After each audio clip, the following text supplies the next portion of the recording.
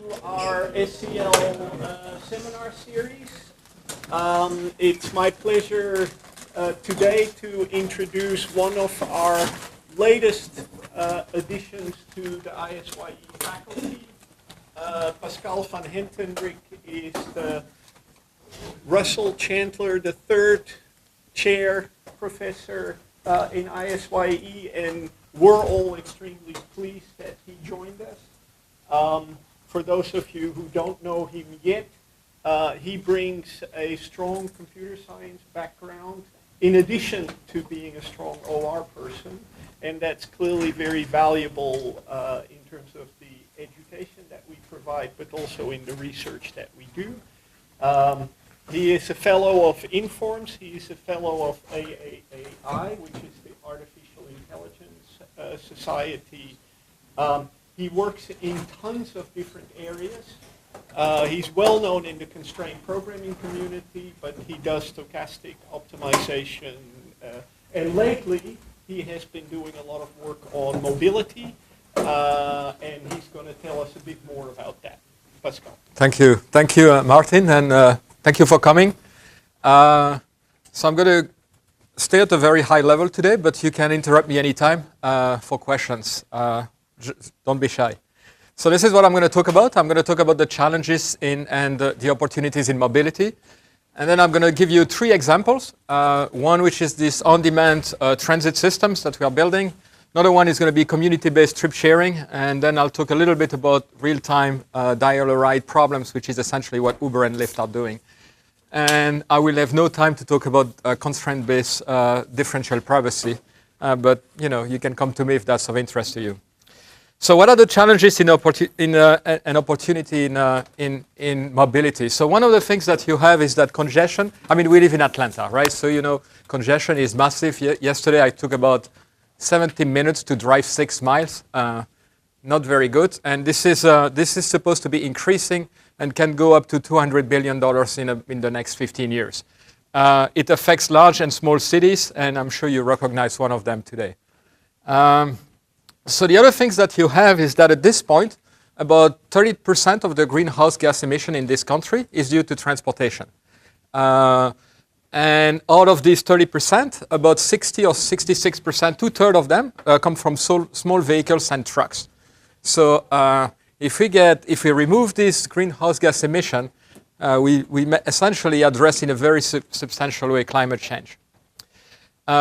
Some cities are actually changing mobility just because of that reason. This is an article a couple of months ago in Europe, in Paris, saying that they were considering free public transportation for everyone to just reduce the pollution in Paris. One of the big challenges in mobility is what is called the first and the last mile problem. So what you see on this slide is the market share of transit system in terms of the distance that people have to walk to the bus stop, okay? And so what you can see is that if you make people walk about a quarter of a mile, you lose essentially 90% of your ridership, except for some reason in Calgary in Canada. It's actually very cold there, but they are willing to walk much more than anybody else. Don't ask me why. Actually, I know why, but I can tell you. So what this chart shows you is that you have to essentially make people walk less than 50 meters to a transit system, otherwise they will not use it. Okay, so you have to be very, very close. So why is this important? It's important because essentially if you have mobility, you have access to a lot of different things, and if you don't have access to those things. So mobility, transportation is actually the best predictor of upward social mobility in the United States. If you have a car, you are much better off than if you don't. There are millions of people also who have health insurance and they cannot go to the care. Why? Because they don't have the mobility options. And I can continue like that for many things. There are 30 million people, I think 23 million people in the United States who don't live within 1 mile of a supermarket. So what do? They shop in convenience stores. They have bad quality food, and therefore they have health issues, and then they go back to the previous problems that I've talked about. So all these things are basically these are basically the fundamental things that you suffer from when you don't have mobility. This is actually a really significant issue in some cities. So this is actually a supermarket in Detroit, and they were essentially offering Uber rides for everybody spending more than $50 inside a supermarket. So can you imagine the mobility issue that these people had? So fortunately, we live in a very interesting world, and there are a number of technology enablers that are making a huge difference. And you're going to be surprised by the first one. So I think the most important thing in mobility these days is this. So it's communication. So at this point, essentially what you have is a very interesting situation where we know where people are, we know the infrastructure, what the infrastructure is and what the infrastructure is doing, and what every vehicle around the city are doing. And this is very, very powerful, as you'll see. The second things that are going to come at some point is these automated vehicles, and they're going to make a difference, and I will quantify that at some point in this talk. But at some point they will come in one form or another, and they will make a very significant difference, not only in safety, but also in terms of the cost that the mobility system will incur. And finally, and this is what we are doing in this department of UCD School, we have made a huge amount of progress in optimization, in machine learning in the last 2 decades. So what we can do now with the solvers is amazing compared to what we could do 10 or 15 years ago. And that allows us to tackle problems that are much, much larger in scope. And that's obviously what we are mostly doing.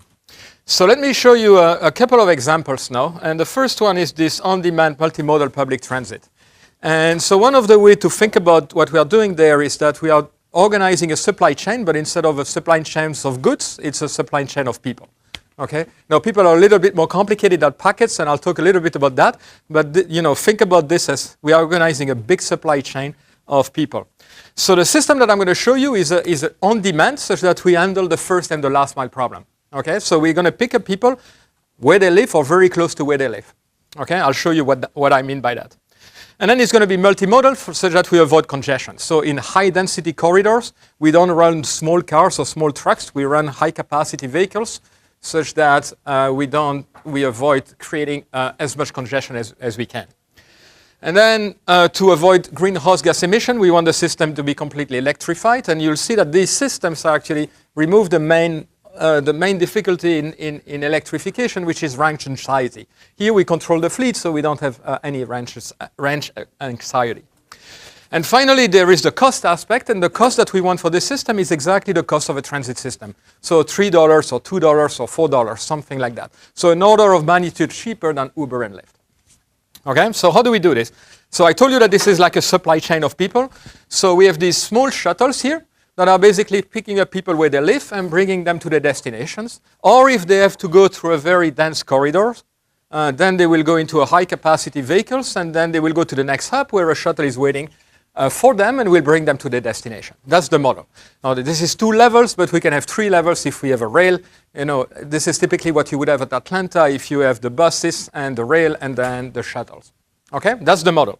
Now, a couple of things that needs to be done is one ticket online. So it's an integrated system. You buy your ticket, and you buy your ticket online. You use your phone to actually buy the ride, and then you don't have to worry about anything else. The price, as I told you, is the price of a transit system, and it works, you'll see, financially. And the transfers are completely synchronized. It's not like, so you step off the bus and you say, hey, where do I go? You will know, your phone will tell you essentially what is the next shuttle that you have to do, or which is the bus you have to board. And the bus and the light rail, they don't go everywhere. They focus only on the high density corridors. Okay, so they have very short routes, but very high density routes. So let me show you case studies. The first one is this city. How many of you know Canberra in Australia? Okay, 2 people. Okay, so one of the things that you have to understand is that in Australia there are 2 cities that are important. You know what? You know them? Sydney and Melbourne. No. So in the US you have New York and Boston, right? They hate each other. Okay, so Sydney and Melbourne, take that and multiply by 10. They don't even play the same sports. So they really don't like each other. So at some point they had to choose where to put the capital, and they couldn't agree, so they went in the middle of the country, in the bush country. There is nothing there, and they built this city. Okay, so it's a very green city. So this is how it looks like. It was built by an American architect. And so you have a lot of different communities there. So these are various, kind of little town with their own shopping centers, their own movie theaters, and so on, own restaurants. And they are separated by a lot of these green space. Okay, so when you think about this, this is like it's a city which is very, very widely dispersed. Okay, and one of the things that happen when you do that is public transportation is very difficult. So you have very long routes, and the frequency is low because otherwise it costs too much. But because the frequency is low, people don't like to use it, and therefore nobody is happy. It costs a lot of money, and people don't use it very much. Okay, there are no congestion in Canberra, or like 5 minutes a day. Okay. So what I'm going to show you is a new system that we are proposing, simulated for that particular city. Okay, and what you see there is blue are going to be the bus, and the taller they are, the more people they are. And this is a hub, this is another hub. Okay, and then the green things are the shuttles moving around. And what you can see is that they are really feeding these buses. Okay, so whoops, this is moving like crazy. So you see these shuttles moving there, and then the bus are going to pick these people up. So you see a bus. Where are my buses? Okay, you see this bus. People are accumulating there, the bus is coming, and then it's going to pick these people up and then move to the next hub. Okay? And the shuttles are basically synchronizing. Okay? All right? So this is the cost of the system before and after this particular model. So this is the existing cost in dollars, and this is the commuting time. This is the cost of the new system, which is half of it, and the commuting time, which is half of it. So what I just want to show you here is that for a very widely dispersed region where the population is sparse, these systems work very well. You can decrease the cost, you can improve the convenience significantly. Okay? So that's one case study. So I'm going to give you another case study, which is the city of Ann Arbor, completely different. So you're going to see a very dense system in a very small geographical area. Okay? So this is a city in Michigan. There is a university there as well. So it has two transit systems, one from the city and one from the university itself. And they are very well run, both of them. So this is the one from the university. They have about 50,000 commuting trips a year. To give you a sense, Detroit is about 70,000. Okay?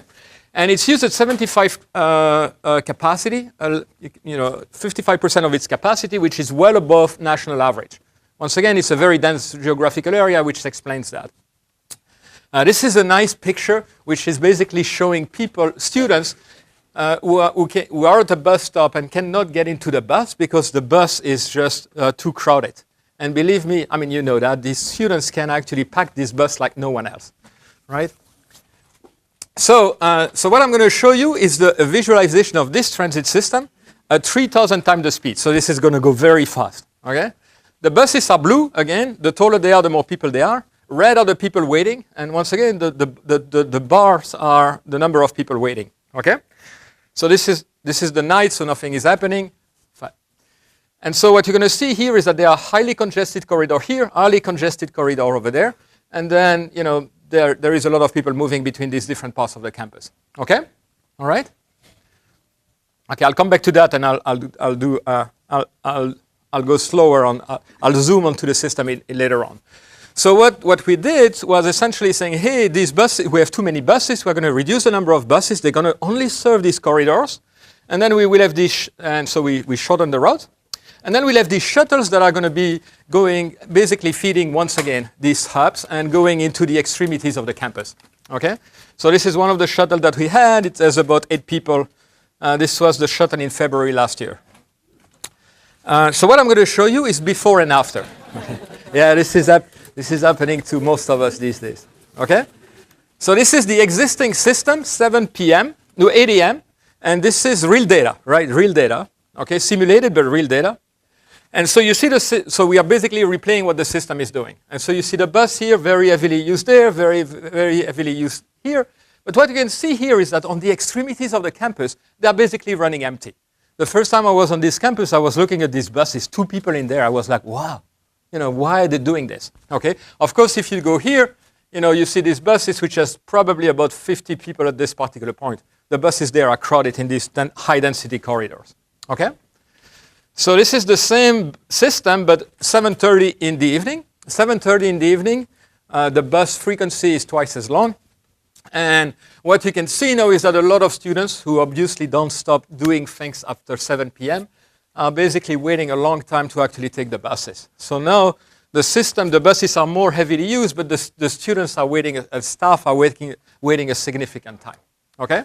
Now what I'm going to show you now is the new system, okay, using the shuttles And one of the things that you will see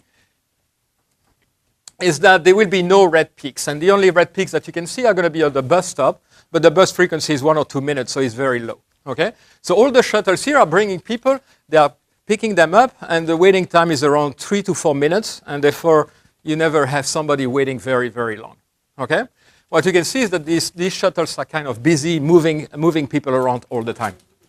I'm going to zoom on this because we do automatic ride sharing, and I wanted to show you that. So this is once again zooming on a part of the campus, supposed to move.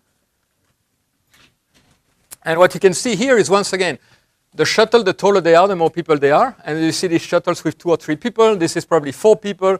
This one is probably 5 people. Many of them have only 2 or 3 people. But this is essentially the system automatically doing ride sharing as much as we can. Okay? Up to a certain level. And there is one constraint that we impose is that nobody takes more than 25% the length of the shortest path. So these are some statistics on this system. Remember, this is a very high density. So this is like 4 by 4 miles, okay, and 50,000 people traveling every day. What you can see is most of the trips are 1 or 2 legs, which means a bus and then a shuttle or a bus, or just a bus or just a shuttle, okay? So very different from Canberra in a sense. And you can see that the average time now is about 14 minutes for a trip, about 3-4 minutes for waiting time in average. So which is quite nice compared to the existing system where you can wait 10 to 15 minutes. Now I want to show you the cost. The cost here, everything was optimized to maximize convenience, and we wanted to stay within the budget of the transit agency.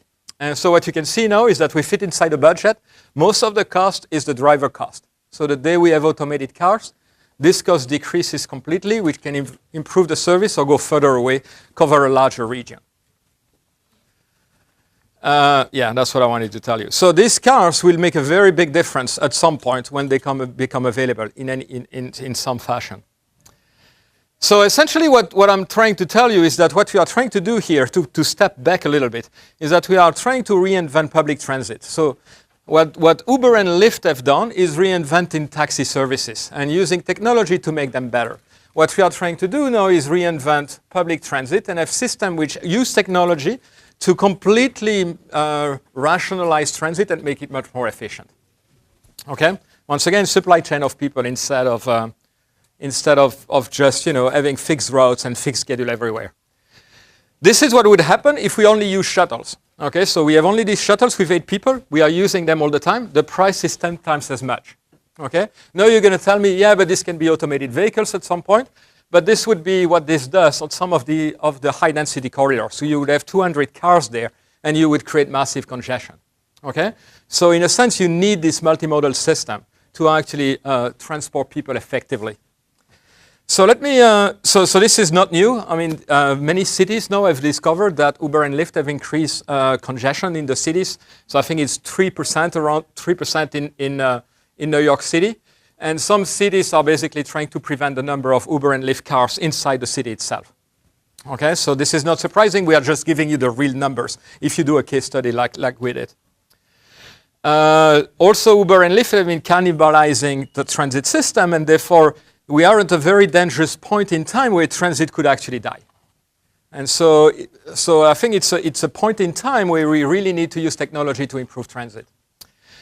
So we have deployed this, okay, and so these are some of the mobile applications that we have done, and I'll show you a couple of. So the only reason I want to show you this, I mean, this is like Uber and Lyft on steroid. But the reason I'm showing you this is that we have this concept of virtual stops.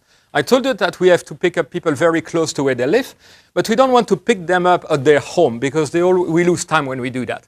They would, for instance, forget their keys, or they want to kiss their wives or their husband, and they take time. So we don't want that. We want them to be ready, and we also want to conglomerate to a point where we can actually do ride sharing. So we have this concept of virtual stop where people can be picked up together, and we just, can pick up many people at the same time. They are ready when we come. Then we have our own dispatching system. It's like our cloud computing platform, not very interesting. This is a visualization of the monitoring application. So we were watching this system, every day. That would drive my wife completely crazy. But actually, after a while, she was watching with me because this is very interesting. You see all kinds of interesting things. So This is Kelsey. This is one of our drivers. You're going to see she's going to do something very weird. But when we click on the drivers, we know what they have to do. When you click on the people who are waiting, we know where they go. And so you see, Kelsey there so she's supposed to pick this person up and to bring that person to her residence there. But somehow she never knows that she has to turn right there. She always goes this long way. And initially that was just driving me completely crazy because I never knew that she was actually doing the right thing. But you're going to see she's going to do the long road. And obviously Google Maps doesn't know that there is an entrance to this parking lot this way. But she's going to do that. Very interesting. So we discovered many things by watching the system. And we made a lot of improvement to the algorithm just watching the pathological behavior that you could see. So you're going to see Kelsey is going to go up. Yes. Okay. So one of the things that we noticed, I told you that I told you a couple of things at the beginning, that the first mile problem was an issue. I also told you that groceries were an issue. This is where people go inside the system. So most of the transit systems stopped there. So we expanded the region of coverage. And you see these points there. These are very heavily used, very, very, very popular destination. They are residents of staff and faculty and students, obviously. And so a lot of these students had no way to actually get to the campus except by walking and then taking the bus afterwards or taking Uber and Lyft. A lot of them would do that and so on. This is very interesting. This is not a dorm. This is actually a plaza where there is Kroger and a number of beer places. And you can see that this is highly popular as well. So a lot of the students were actually using the new transit system for actually shopping and for going to get a beer or two or three. I mean, you don't drive anymore. So this is the same thing, heat map. So this is the distribution of the rides. Most of them are going back home or going back to school. 8% are grocery, 1% is healthcare. They would go to a healthcare facility using the transit system. This is the waiting time, so that's for 2 different days with 2 different number of shuttles. But what you can see here is that most of the time here, where waiting time was less than 3 minutes, less than 5 minutes in this particular case. There are some people waiting about 10 minutes. That's typically when the system starts or when the system finishes, because everybody rushed to actually use the system, especially at midnight when the system stops. Everybody wants to go home. They place so many requests that sometimes the system has to go up to midnight and 20 minutes or something like this. Behind the scene, I'm not going to talk about this too much, but this is what we are doing. So we start from the raw data, what people are expected to do, and we use a lot of data science and machine learning to find origin destination over time. And so now we know what people are doing, and therefore we designed the new system, and then we have essentially the routes and the number of shuttles and so on, and then we do the real-time operation, which is this real-time dial-a-ride problem. Okay? So yeah, and once again, there we use optimization and machine learning to rebalance the fleets and do things like this. This is a little bit how we do the planning. So we do a network design, and then we do trip splitting. We select different zones for the shuttles. We fleet size them properly, and then we do the rostering of the drivers. We control all the drivers here, but they have shifts, so we have to obey the regulations. Okay? So that's all the optimization algorithm that we have to solve. So it's kind of cute. This is one of them. I just want to flash some math, just for fun. Trip splitting is interesting. So this is at any point, and we do that in real time as well. You have somebody who wants to go from one place to another, and we try to find the most attractive trip at this particular point in time. So we try to find, hey, which is the best hub, depending upon where the buses are, when they are going to come, and so on. And then they go to another hub, and then we have a shuttle, for instance. So we optimize in real time. We already pre-compute a lot of things, but we optimize in real time to find what is the best trip at any point in time. And so this is a nice resource-constrained shortest path, so it's a very nice optimization problem as well. So let me take a step back here, because I talked a lot, and I want to give you some perspective here from an historical standpoint. So I told you that we are trying to do for public transit what Uber and Lyft did for taxi services. And I told you that if you only use Uber and Lyft, you have this big issue. And so I want to also go back a little bit in history.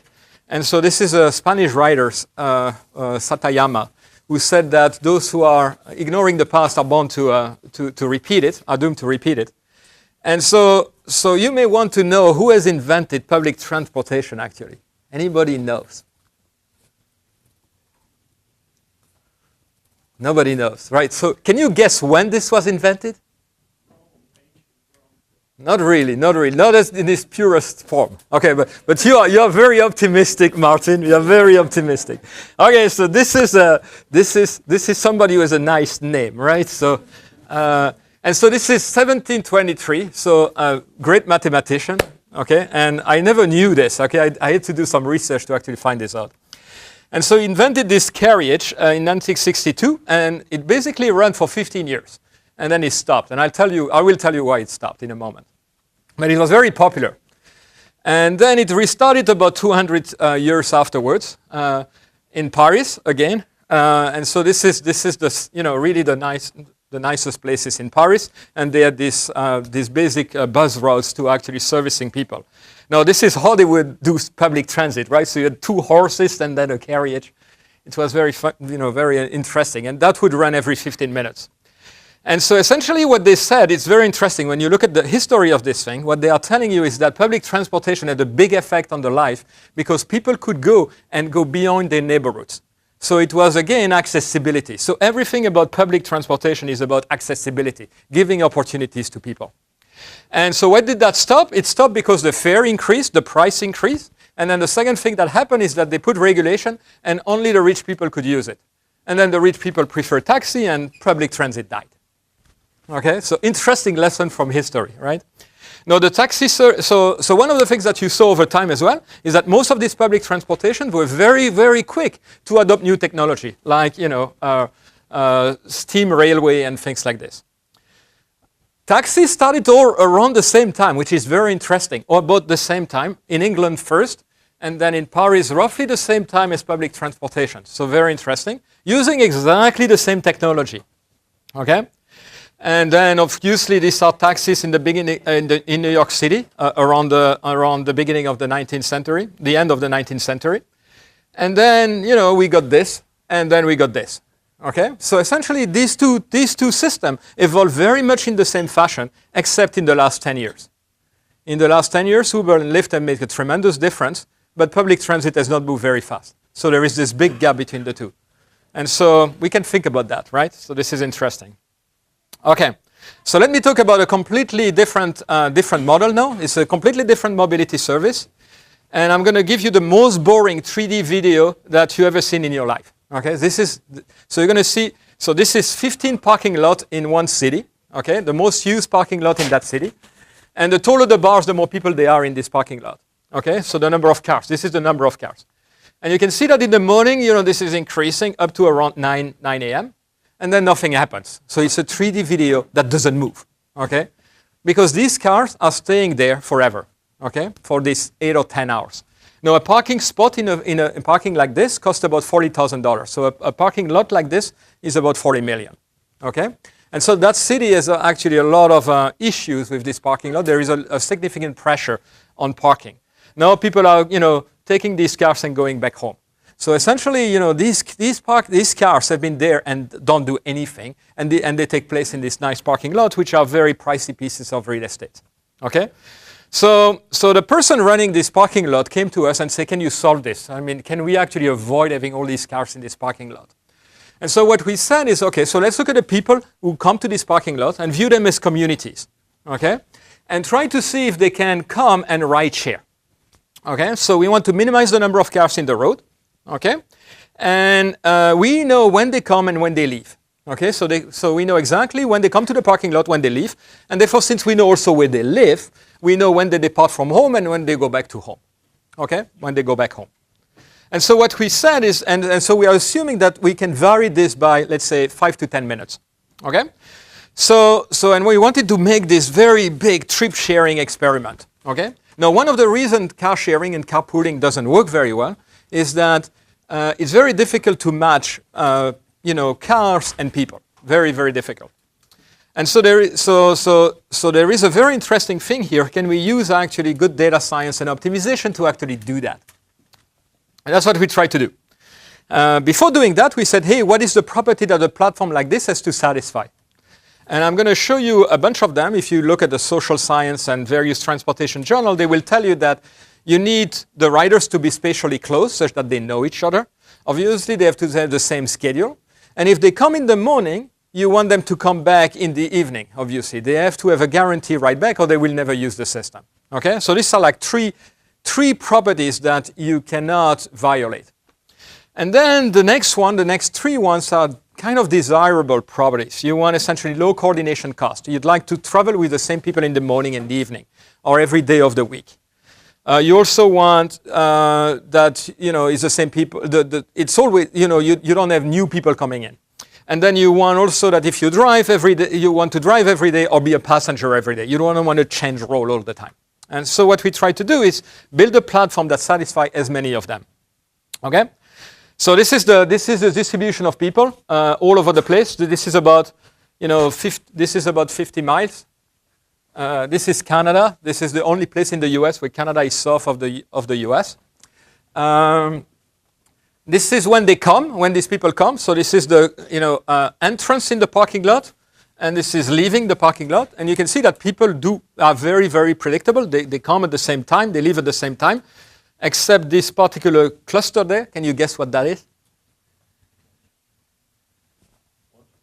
Lunch? No. These are people coming at around 6, 7 and leaving at 4 a.m. No, not students. Students do that, but not that many of them. Night shift. Or nightclub? No. Wow, you guys have interesting priorities. No, so this is the night shift of the hospital. Okay, and so nurses, doctors, and patients. Well, mostly nurses and doctors. So this is a slide. I used to say that people are boring. People told me not to say that. So people are very predictable. Every day of the week, they come around about the same time. They leave around about the same time. There is a little bit more uncertainty when you leave in the afternoon. The spread is a bit bigger. Okay, but this is amazing, right? People are extremely predictable. And so we try to build this platform, and we build various algorithms implementing as many of these principles as possible. Okay? And I'm not going to tell you how we did this. I'm going to jump to the results because this is the most important part. So these are the results of the various algorithms. This is 100 cars. There is no sharing. This is when people are commuting every day with the same people, in the morning with the same people, all the time the same people. You save 2%, which is nothing. And the reason, once again, this explains why these carpooling programs are not that successful. So what you need, and in this particular case, these are people outside the city, you can essentially remove half of the car if you allow flexibility, if you match people in real time, every day, in the morning, in the afternoon, and every day differently. So you need that to make this successful. This is inside the city. You have more opportunity for sharing, so you can essentially remove 2/3 of the car. Okay? Once again, what you need there is the flexibility. You need to optimize all the time. Behind the scene, what do? We have a clustering algorithm. This is the clustering algorithm that you see there. This is to have a spatial locality. So we cluster people in different regions where they live close. This is inside the city itself. And then we basically do a big matching algorithm for riders and cars. The key point here is that you have to make sure that they have a ride back, which is this constraint here. So if a car is coming in, it has to go back in the evening. You have a flow balance for these cars. So you minimize the number of routes. You serve every customer's inbound, outbound, same drivers inbound and outbound. So this is the main constraint that you have to satisfy. What's missing is how you compute these routes. I'm not going to tell you how we do that. That's the most interesting part because that's where the science is located. But roughly speaking, it's like another resource constraint problem with a lot of different constraints. Yeah, this is the math. Okay, now I told you that essentially what we are doing is kind of a supply chain of people, and that people are a little bit different from packets. Okay, and so this is I'm going to show you some statistics here for telling you some interesting findings that we had. Not only you have to match people in real time, but you can see here is that if you increase the capacity of the vehicles, instead of having cars with 4 people, if you have a car with 8 people, so what is happening is essentially nothing. Okay, so most of the van, you have a lot of van pooling, programs there, but really you can't really use this van. So what is the big difference is between 2 and 3 and 4, but after that you have essentially no benefits there. You can see that. So increasing the capacity of the vehicle here is not going to do anything. It's very difficult to match the people even in one car. This is also the impact, the average ride duration. And what you can see is that when you move from 1 to 4, you only increase the travel time by about 14%. That's very, very low. So people actually, their commute increased by 14%, which is almost nothing, right? And so that's a very good indication. We have a constraint which says we don't want to increase by more than 25%, but in fact, in practice, 14% is the average. And this is the impact of the cluster. If we have bigger and bigger cluster, you can see that we save, we can reduce the number of cars significantly, but the optimization problem becomes very, very complex at that point. But the one way you can benefit is actually try to increase the spatial locality of the people that you are matching. Yeah, so the same thing. This is the performance of various algorithms. Most of the time, you can solve them in real time, so less than 10 seconds. If you use this, yellow algorithm, this is yellow or green, I don't know, I'm colorblind, so whatever that color is, that's the best algorithm that we have. It takes about 10 seconds most of the time. There are some instances, some clusters that are a little bit more difficult. So one of the things that I want to do now is, again, step back. So why is this so difficult? And I'm going to show you a neighborhood. So this is a neighborhood in the city that I've shown you. This neighborhood is about 1 mile from the parking lot, right? So you have these people. This is about 400 people, 500 people. They are commuting for 1 mile, leaving their cars for 10 hours in this parking lot. This is all of them. This is where they live, okay? And so what I'm going to show you are 2 graphs, okay? One, how much they can share in the morning and how much they can share in the evening, okay? So the graph that you see there is highly dense, right? So there is an edge between 2 people if they can share in the morning, right? So it seems that a lot of people can share, right? Nice. So this is in the evening, very dense, a little bit less. I told you that this is a bit less predictable. But what is interesting, you have to have the right back, right? So what you want in practice is the intersection between the two. And that's what you get, much sparser. That's why the problem is much more difficult. So you have to match their schedule in the morning and the evening, and when you get that, you don't have that much sharing. And that's what you need to optimize. Okay? This is a simulation. So this is a bit boring because this is 6 a.m., but let me move to 8 a.m. This is not Atlanta, right? So it's not as crowded. But you can see all these blue cars coming inside the center of the city, right? And all these people are commuting alone in their cars, okay? Now I'm going to show you when you ride share, okay? So this is this one, okay? So you're going to see now. And the interesting point is that you have to look at these vehicles. They start blue, and then they become pink, and then they become red. Blue is 1 person, pink is 2 or 3, and then red is 4 people in the car. And what you can see now is that most of the cars are red or pink. And if I move to 8 a.m., you're going to see a lot less car and a lot more red cars there. And so you reduce tremendously the number of cars in the city. Now, one of the things that you have there is the best possible thing. Okay, so this is assuming that everyone want to go ride share. And one of the things that we don't know is how much people are willing to actually ride share in practice, even if they increase only their travel time by 15%.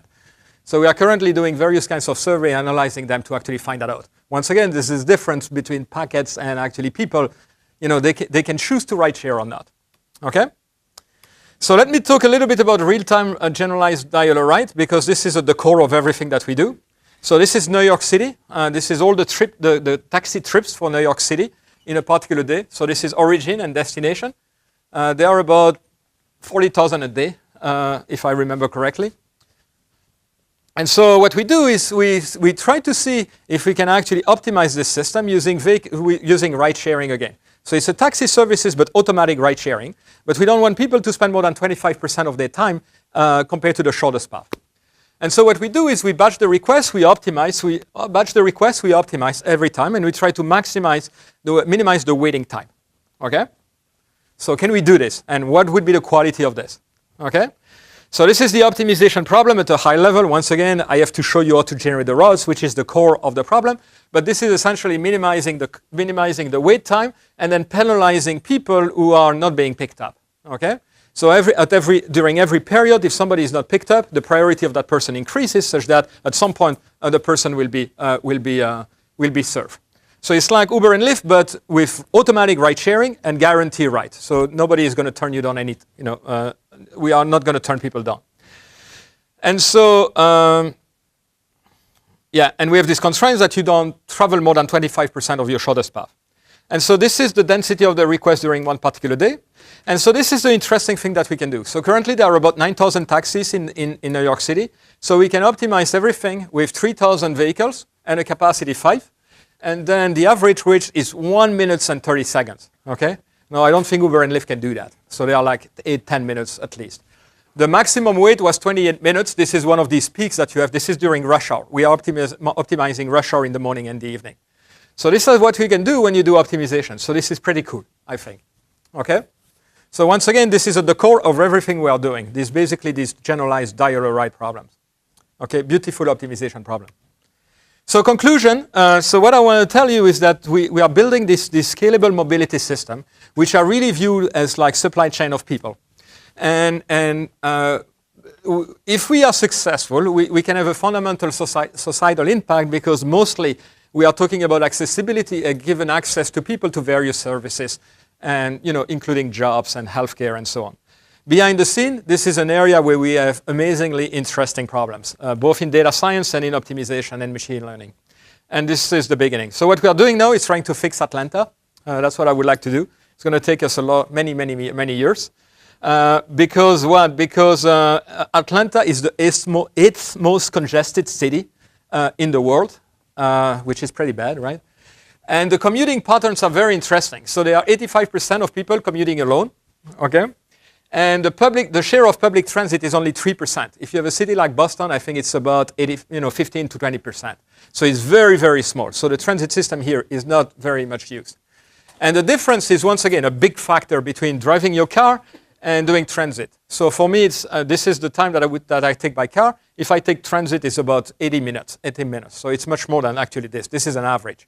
So this is a very big challenge, and this is what we are looking into. So we are collecting all the information about what people are doing in the city, and then trying to see how we could fix this system and what it would take to fix it. So that's what I wanted to tell you, and I'll be happy to take any questions if you have some. Thank you very much.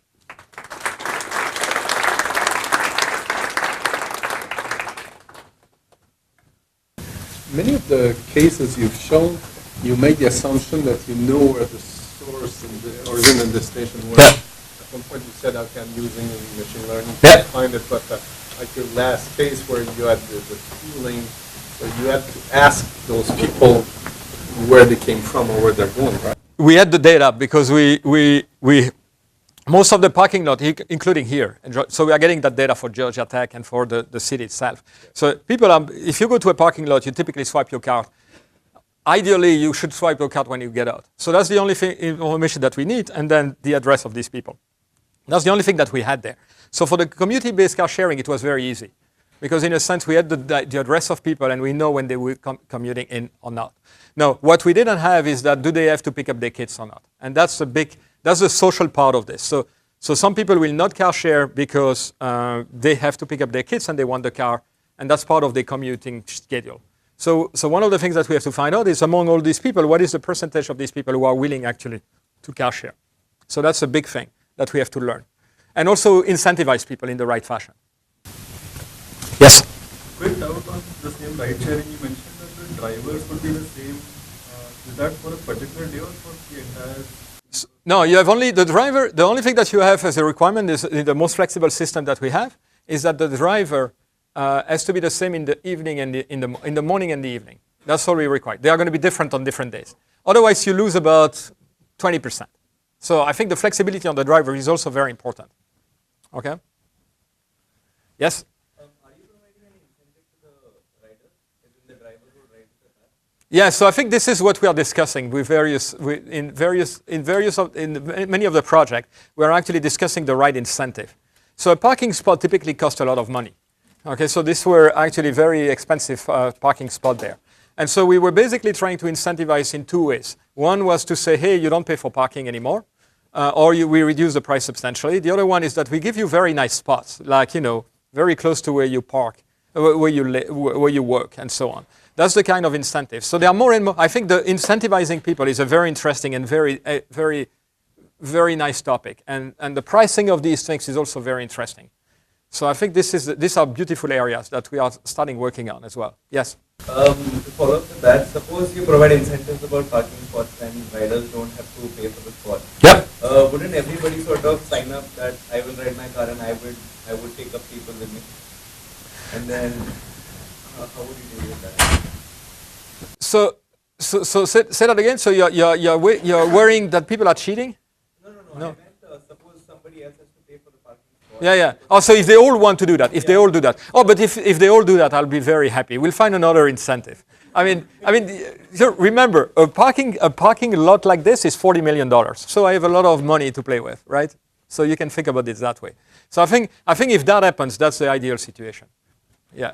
But that, I can tell you that there are people who will never share. So we presented this to the higher administration, and the dean would say, I will never share with anyone, right? So it's very interesting. So people will never share. They want the space for themselves, or they just don't want to have somebody that they don't know. Even here, they would know people, right? But they just want the complete flexibility. So I don't think we'll get to there. But if we remove the number of cars by 30%, for me, it's major, right? So it's like 30% is a big reduction. If we can do that, I would be very happy. 30% reduction in greenhouse gas emission would be fantastic. Other questions? Yes, sir. Do you have your origin destination data for all the riders? Do you use machine learning set to get origin destinations? Yeah, so in many of these transit systems, you don't get everything. So you basically typically get when people board, and not always, because some people pay cash. But you have a record of the transaction. Most of the time you have all the boardings, but you don't necessarily have the alightings. Even in Malta, if you take the train, we know boarding and alightings. If you take the bus, we only know boarding. So we have to do inference of where do these people alight. So that's one of the problems that we have. So we build this probabilities distribution, which use a number of assumptions. Because typically people will alight very much the same way. So if you alight in the morning, you probably board in the evening from the same position. So we use assumptions like that to try to predict as best as possible this origin-destination pair. That's one of the things. The other thing that we try to do is when we design a new system like this, people will change mode. If the system is very attractive, they will move from owning their cars or driving their cars to actually using the transit system. How many are doing that? So we try to learn that. It's not necessarily easy to do that, but that's what we are trying to do. Other question? Yes? Do you have like contingency plan where one rider cannot go back in the evening? Yeah, so that's what we are studying right now. So this is a very good point. So one of the things that we are trying to do is how much flexibility do we have to actually shift the schedule if somebody has to leave early, or if somebody says, hey, I have a meeting, my meeting is going over. So we are studying that exactly now. Because we want to find out, also you can match people in a different fashion to actually maximize flexibility. That's what we are doing. But the optimization problem is a little bit more complicated, to say the least. It's more complicated. Yes? You showed us the result of the number of cars reduced from Monday to Thursday. Yeah. How come you didn't show us on Friday? Friday is a different day. So Friday is a little bit different day. So you have mostly the same reduction, but it's less impressive because there are fewer people driving. So when people take vacation or one day off, they typically take Friday. And so there are fewer people on Friday. They have also a schedule which is much more difficult to predict, a little bit. So Friday is special. So Monday to Thursdays are the best days. Most of the weeks are similar. You have a little bit difference in the first and the last week, but mostly they are similar. But Friday is a special day. Yeah, a little bit. Yeah, good. You watched everything. Yes. Why do you force the morning share to be the same as the afternoon share? Because I want to guarantee, but I don't necessarily need to be in the same vehicle. Oh, you are not in the same vehicle. In the most flexible, you are not in the same vehicle. You are in a different vehicle, but you have one vehicle. So what we want is that we want the vehicle start from one location and go back to that location. That's the only real constraint. So whether the same person drive or not, that's not even a constraint. I mean, there are 1% difference. It doesn't matter. So you could do that with automated cars, but what you want is that in the neighborhood, the day you have automated car, you can relocate some of these cars. So that would be very interesting to see what you can do. But currently, the cars have to go back to the same community. So if you had automated cars, you can rebalance automatically in the evening. It would be actually... But the user could, instead of coming back in that car that comes back at 5 o'clock, he can go back in another car that would leave. Absolutely, and that's what people do most of the time. They are not in the same car, but the car has to go back to where it started, or the neighborhood where it started. the cluster where it started. So you have a lot of, you have almost every flexibility, except that the number of cars in every one of these clusters is the same at the end, at the beginning of the day and the end of the day. What's your average utilization in the first example that you gave with the shuttle system? What is the usage of the shuttle and the buses out of peak times? So I think the shuttle is very interesting. So the shuttles average about 2 to 3 people in average. There are peaks where they have about 8 people. Obviously, they have 8 people in the peaks. But the average is not very high. It's 2 to 3. But the shuttles are making a big difference. The fact that you have 8 in the on-demand transit system, I think 8 is a good number. It's a good number. It's more difficult to get the same results with four cars. Because here it's a multimodal system. So if you try to have only cars, then it's so like we did for the taxi services, it's very different. But this is also very different. I mean, one of the things which is different is that the transit system is going to do commute, while Uber and Lyft are not really doing commute. They are doing other things. And so very few people use Uber and Lyft to do commuting. And so these are very different situations. And therefore, the data is much more sparse in terms of the number of people that you can actually put inside the same car for a system which is not about commuting. That's why there is a difference between the two systems. But in average, it's depressing how empty these shuttles are. But you need them for these peaks. And the peaks are where, so the system is optimized such that you are very good for the peaks. Otherwise, you would have people that are not served, who are not served for about 60 minutes. And you don't want to have that. Let me tell you why I'm asking. Yeah. Because I was laughing as you were presenting methodology, because you were decomposing the city in little zones, and you were putting odds everywhere. And we do stuff in the urban logistics, okay, I'm sure. Which is basically the same thing. So I was telling, we could put an access very nearby your stuff. We could use the same kind of vehicles, okay, and we could merge and then, absolutely. And if we give incentives to move the goods which are outside the peaks of your people, then we have a double optimization. I completely agree that we could do that. I completely agree. So one of the things that we found very interesting is that a lot of the people were actually using the new transit system to go eating in the evening, to go shopping, and so on. And so you could also use this particular shuttle to actually bring food to them instead of them going there. So I think there are tremendous opportunities there. So what was interesting to me is that everything that we speculated, that people are going to use that for grocery, they are going to use that for healthcare, they are going to use that for first and last mile, actually were true. So this is really an issue, and you can really address it. I think that's what I find very interesting. And obviously, I completely agree with you. I mean, I told you before, I mean, it's like a supply chain. That what we are doing is basically ideas from supply chain.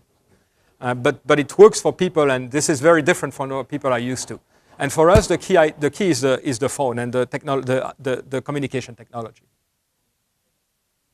Other questions? Great. Thank you, guys. Thank you very much.